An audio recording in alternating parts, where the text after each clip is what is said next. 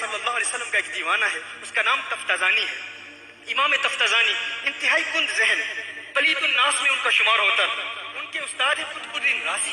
قطب الدین رازی ماہر فن ہیں، بہت بڑے اسکالر ہیں، دنیا علم کے بادشاہ ہیں۔ امام تفتازانی انتہائی کند ذہن شخصیت تھے۔ یہاں علماء بیٹھے ہیں، توضیح و تلویح پڑھنے والے، شرح مقاصد پڑھنے والے، شرح عقائد نصفیہ پڑھنے والے، وہ جانتے ہیں کہ امام تفتازانی کو کیا مقام ملا اور کیسے ملا۔ لیکن میں آپ کو یہ بتانا چاہتا ہوں امام تفتازانی کیا تھے اور کس کی نظر نے امام تفتازانی کو کیا بنا دیا۔ امام تفتازانی جس طرح میں نے کہا کہ انتہائی کمزور ذہن والی شخصیت تھے، اس قدر کمزور ذہن والے تھے کہ اسٹوڈنٹس میں ان کے استاد جب قطب الدین رازی ان کا نام لیتے تو کہتے یہ جاہل ہے، یہ احمق ہے، اور کسی کی حماقت اور جہالت کی جب مثال دی جاتی تو یہ نہیں کہا جاتا کہ تو جاہل ہے، کہا جاتا یہ تو ہمارا تفتازانی ہے، یہ تو نیرا تفتازانی ہے۔ ایسا شخص، انتہائی کمزور شخص، کمزور ذہن والا شخص تفتازانی، لیکن تفتازانی کو علم سے بہت محبت تھی۔ جس طرح یہاں کی یونیورسٹیز کے اسٹوڈنٹس یا مدارس کے اسٹوڈنٹس کہتے ہیں ہمیں علم سے محبت ہے لیکن ہمارے حافظے کمزور ہیں، ہم علم کیسے حاصل کریں اور کس طرح نبی کریم صلی اللہ علیہ وسلم کی برکات سے مستفید ہو سکتے ہیں۔ تو میں آپ کو تفتازانی کا واقعہ بتاتا ہوں۔ یہی تفتازانی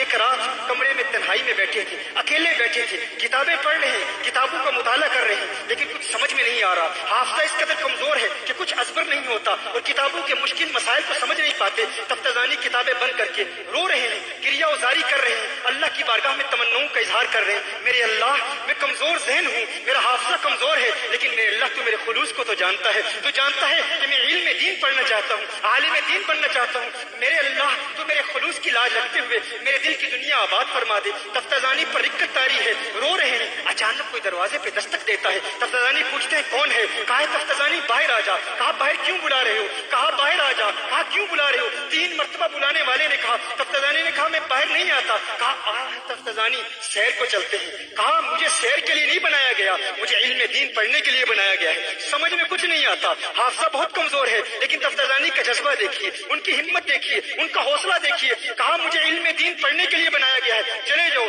تھوڑی دیر کے بعد پھر کسی نے دروازے پر دستک دی۔ تفتازانی باہر آ جا۔ کہا میں نے تمہیں کہا ہے میں نہیں آ سکتا، چلے جاؤ۔ کہا پھر دروازے پر دستک دی، پھر پکارا۔ کہا کیوں بلا رہے ہو؟ کہا تمہیں پتا ہے تمہیں کس نے بلایا ہے؟ کس نے بلایا ہے؟ کس کی جانب سے بلاوا آیا ہے؟ بلانے والا کون ہے؟ میں آپ کو بتاؤں تفتازانی کا دور آج سے 800 سال قبل کا ہے اور میرے آقا صلی اللہ علیہ وسلم اس سے بھی 600 سال پہلے پردہ فرما چکے تھے۔ کہا تفتازانی جانتے ہو باہر کون آیا ہے؟ کہا کون آیا ہے؟ کہا مدینے والی سرکار آ گئے ہیں، کونین کے والی آ گئے ہیں۔ وہ تفتازانی جو کبھی کتابوں کو چھوڑتا نہیں تھا، وہ کتابوں کو بند کر کے وہاں سے اٹھتا ہے، اپنے جوتے بھی بھول جاتا ہے، اپنی دستار بھی بھول جاتا ہے۔ وہ جو کتابوں کو چھوڑ نہیں سکتا تھا آج کتابوں کو بھول گیا، کیونکہ آج کتابوں والا آ گیا ہے۔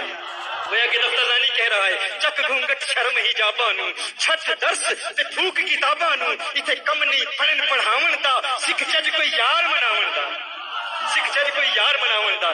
یار منانے کی بات کریں، تفتازانی فوراً باہر چلا جاتا ہے، دیکھتا ہے کہ میرے آقا صلی اللہ علیہ وسلم موجود ہیں۔ آقا نے فرمایا ہے تفتازانی منہ کھول۔ تفتازانی منہ کھولتا ہے، آقا اپنا لعاب دہن عطا فرماتے ہیں، اپنا لعاب دہن عطا فرماتے ہیں۔ تفتازانی فوراً گھر آتا ہے، دوسرے دن سبق پڑھنے کے لیے جاتا ہے۔ اب وہی کتاب ہے، وہی کلاس ہے، وہی سبق ہے، وہی مدرس ہے، وہی قطب الدین رازی ہے، سبق پڑھا رہا ہے۔ اب تفتازانی کی دنیا بدل چکی ہے، تفتازانی پلا کا آدمی بن چکا ہے۔ استاد سبق پڑھا رہے ہیں، کہا جس طرح سانپ اچھل اچھل کر کود کر اپنے مخالف پر حملے کرتا ہے، علمی نکات پر یوں تفتازانی حملہ آور ہوتا ہے۔ قطب الدین رازی کہتے ہیں اے تفتازانی کیا ہوا؟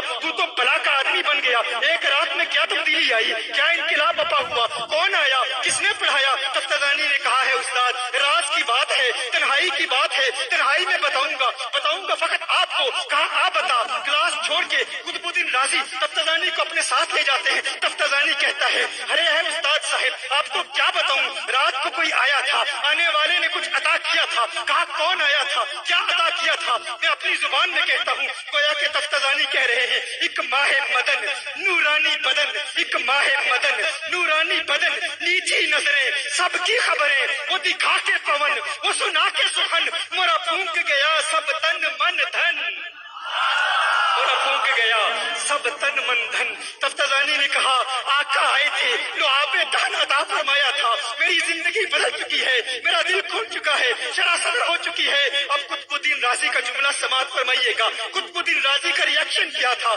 پتھر نہیں ہے، اگر سینے میں گوشت کا ٹکڑا رکھتے ہیں، عشق رکھتے ہیں تو مچل جائیں گے